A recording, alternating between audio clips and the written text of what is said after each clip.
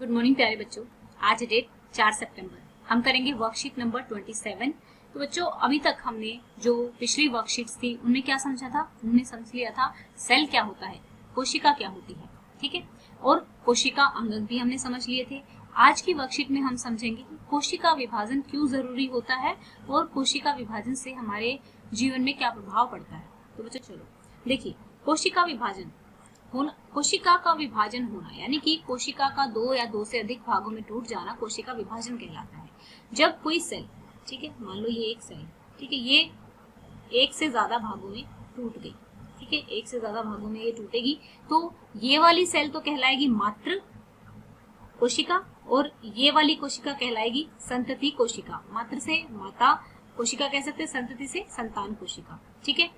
अब यहाँ पर जो कोशिका विभाजन होता है वो दो तरीके का होता है, ध्यान से समझिएगा, बस यही समझना, ये डायग्राम समझ लिया आपकी पूरी वर्कशीट हो जाएगी। कोशिका का विभाजन जो होता है दो तरीके का होता है, एक तो समसूत्री और एक अर्धसूत्री। समसूत्री जो होता है वो मोस्टली सभी कोशिकाओं में होता है, ठीक है, उसमें जो मातृ कोशिका होती है वो दो संतति, एग्जैक्टली दो संतति कोशिकाओं में टूट जाती है। और समसूत्री कोशिका में हमारा क्या होता है, हमारी जैसे हमें चोट लग जाती है या फिर जो हमारी वृद्धि होती है यानी कि हमारी ग्रोथ होती है, ठीक है, उसमें हेल्प करता है, ठीक है।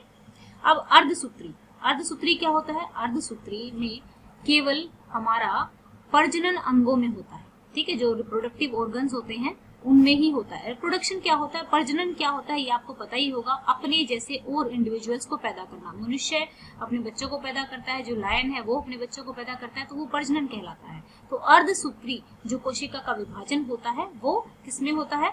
हमारा जो प्रजनन अंग होते हैं उनकी जो सेल होती है उसमें होता है। ये युग्मक बनाते हैं और युग्मक हमारा किससे मिलकर बना होता है? शुक्राणु तो मिलता है मेल से और अंडाणु मिलता है फीमेल से। जब ये दोनों मिल जाते हैं तो आपका युग्मक बनता है। और ये कहाँ पर बनता है? ये अर्धसूत्री विभाजन में ही बनता है, ठीक है। विभाजन कितने हो गए? दो तरीके के हो गए, एक समसूत्री, अर्धसूत्री। और विभाजन क्या होता है? जब एक सेल जो होती है, कोशिका जो होती है, उसके टूटने को विभाजन कहा जाता है, ठीक है। अब आपसे पूछा जाए कि अर्धसूत्री किस चीज के लिए हेल्पफुल है?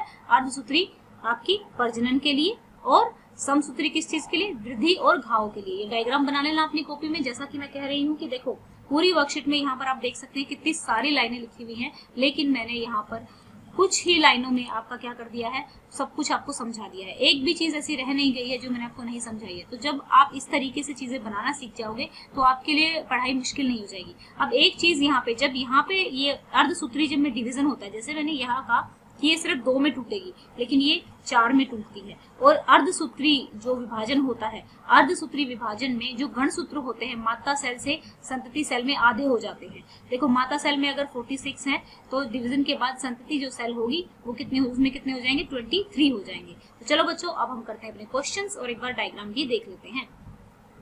अब ये देखिए यहाँ पर ये गणसूत्र है, ये डिवाइड हो गए 2 में, ठीक है। यहाँ पे मात्र कोशिका है, फिर विभाजन हुआ, 4 में टूटे, तो इस तरीके से ये आपका डिवीजन दिया हुआ है, कोशिका विभाजन दिया हुआ है। अब कोशिका विभाजन का जीवों में क्या महत्व है? क्या महत्व है? ये हमारे घाव को ठीक करती है, हमारी वृद्धि करती है और क्या करती है? और प्रजनन में मदद करती है, ठीक है। पॉपुलेशन ही नहीं होगी ना अगर मिटोसिस नहीं होगा तो। अर्धसूत्री कोशिका विभाजन कहाँ होता है? इसमें बनने वाली संतति कोशिकाओं से क्या बनता है, ठीक है, इसमें बनने वाली संतति कोशिकाओं से क्या बनता है? युग्मक बनता है, ठीक है। मानव कोशिका में 46 गणसूत्र होते हैं, तो अर्धसूत्री कोशिका विभाजन में बनने वाली संतति कोशिका में कितने गणसूत्र होते हैं? कितने गणसूत्र होते हैं? अगर 46 है तो कितने हो जाएंगे? 23 हो जाएंगे। कोशिका विभाजन किसे कहते हैं? एक कोशिका का विभाजन हो जाना, टूट जाना क्या कहलाता है? कोशिका विभाजन कहलाता है। तो चलिए अपने क्वेश्चन आंसर करते हैं। यहाँ पे देखिए, कोशिका विभाजन वृद्धि में सहायक होता है। कोशिका विभाजन के कारण घाव या ऊतकों की मरम्मत हो जाती है। कोशिका विभाजन के कारण प्रजनन होता है, ठीक है।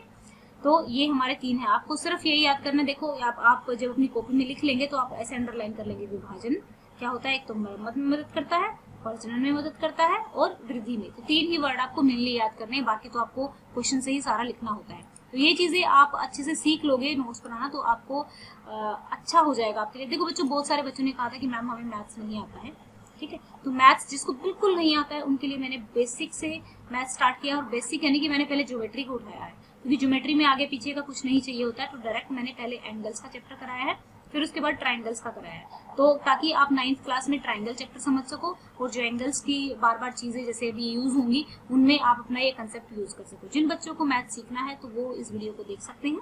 ओके, और इस वीडियो का जो लिंक है वो मैं आपको, जो फर्स्ट कमेंट होगा आपका, इस वीडियो का फर्स्ट कमेंट होगा उसमें मैं पिन कर दूंगी, ठीक है। वहां से भी आप उस वीडियो का लिंक ले सकते हैं। कोशिका विभाजन का अर्धसूत्री विभाजन केवल प्रजनन अंगों या ऊतकों के विशिष्ट कोशिकाओं में होता है, ठीक है, क्योंकि प्रजनन होगा वहीं पर होता है।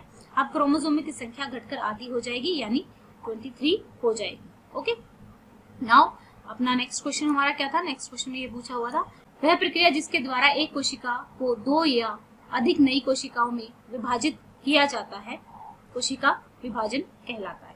क्या कहलाता है? कोशिका विभाजन कहलाता है, जब एक से वो 2 या 2 से अधिक नई कोशिकाओं में, क्योंकि आपका जो समसूत्री है उसमें तो 2 में टूटती है, लेकिन अर्धसूत्री में वो 4 से टूटती है। ओके, तो ये थी हमारी वर्कशीट।